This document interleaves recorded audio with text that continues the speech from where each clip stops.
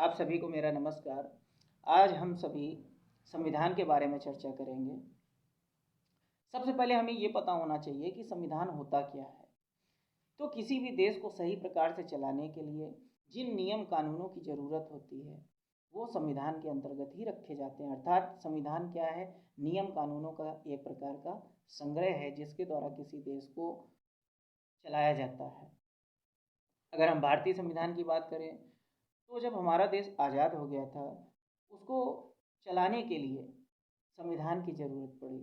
भारतीय संविधान को संविधान सभा ने निर्मित किया जिसके अध्यक्ष डॉक्टर राजेंद्र प्रसाद थे और प्रारूप समिति के अध्यक्ष डॉक्टर भीमराव अंबेडकर थे।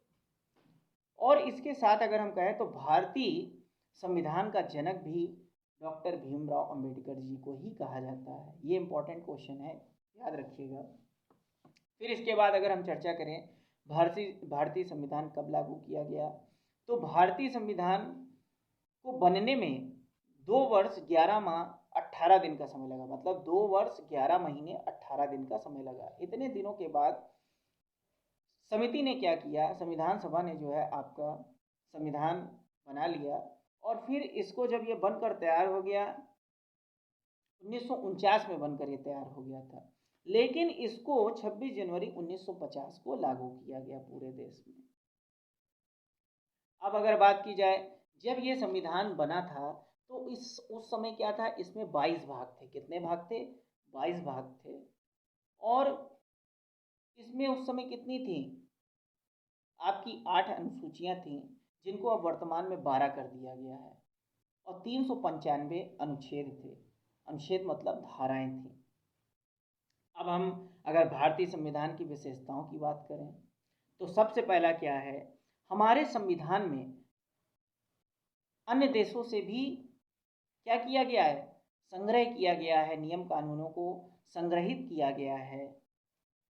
ये हमारे संविधान की क्या है, एक विशेषता कही जा सकती है। जैसे हमारे संविधान में सबसे पहला ब्रिटेन से क्या लिया गया है, ब्रिटेन से संसदीय शासन प्रणाली ली गई है। मतलब संसद के बारे में जो बताया गया है वो ब्रिटेन से लिया गया है। विधि निर्माण की प्रक्रिया ली गई है, कैसे नियम बनते हैं। एकल नागरिकता हमारी कहाँ से ली गई है, ये ब्रिटेन से ली गई है।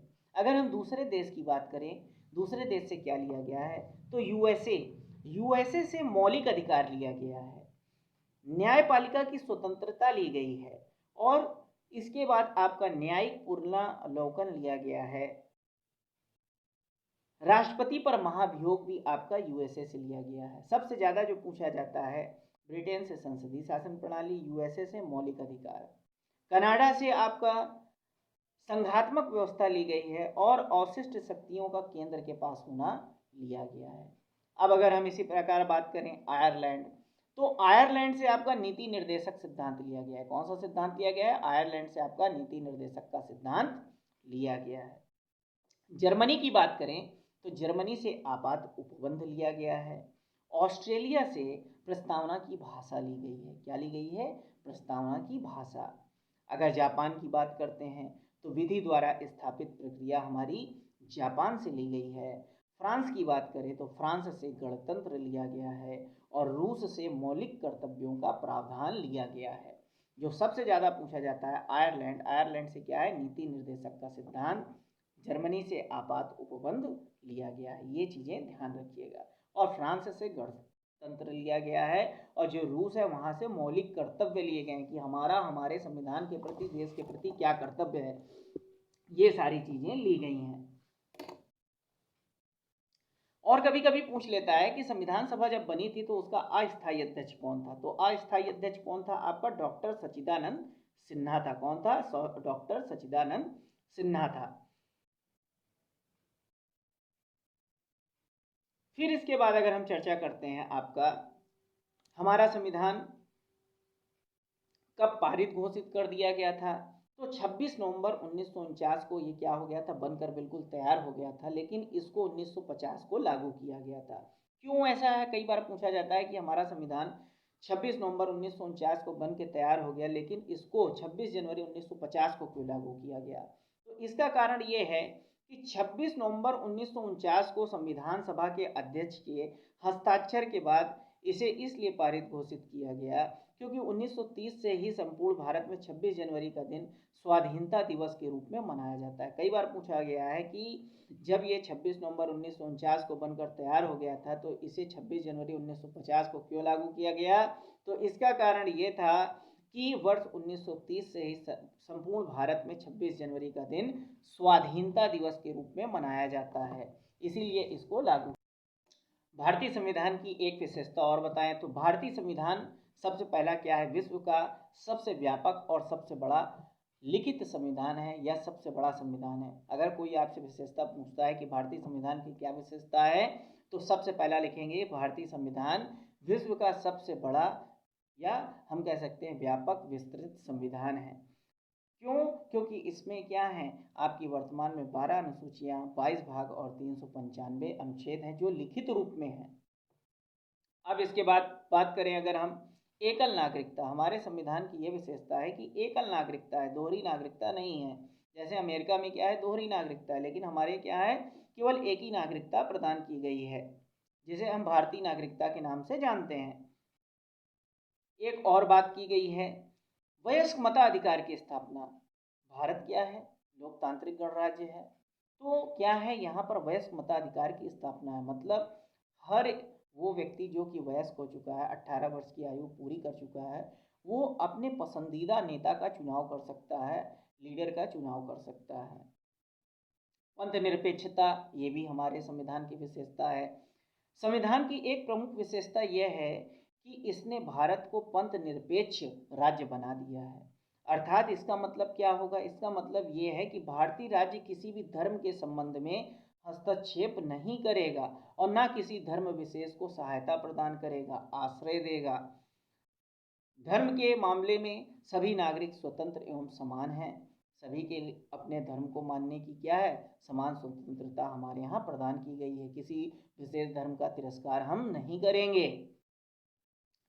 पिछड़ी तथा अनुसूचित जातियों को सुविधा दी गई, ये भी एक विशेषता है कि क्या है, हमारे यहाँ जो पिछड़ी जाति है, अनुसूचित जनजाति है, उसके हितों को ध्यान में रखा गया है। पहले इनका बहुत शोषण होता था, लेकिन अब क्या है, इनको आरक्षण प्रदान किया गया है ताकि ये भी क्या कर सकें, समाज में आगे बढ़ सकें और अपना विकास कर सकें। इसलिए पिछड़ी जाति तथा अनुसूचित जनजातियों को सुविधाएं प्रदान की गई हैं, आरक्षण प्रदान किया गया है, शिक्षा के क्षेत्र में, नौकरियों के क्षेत्र में, आदि क्षेत्रों में।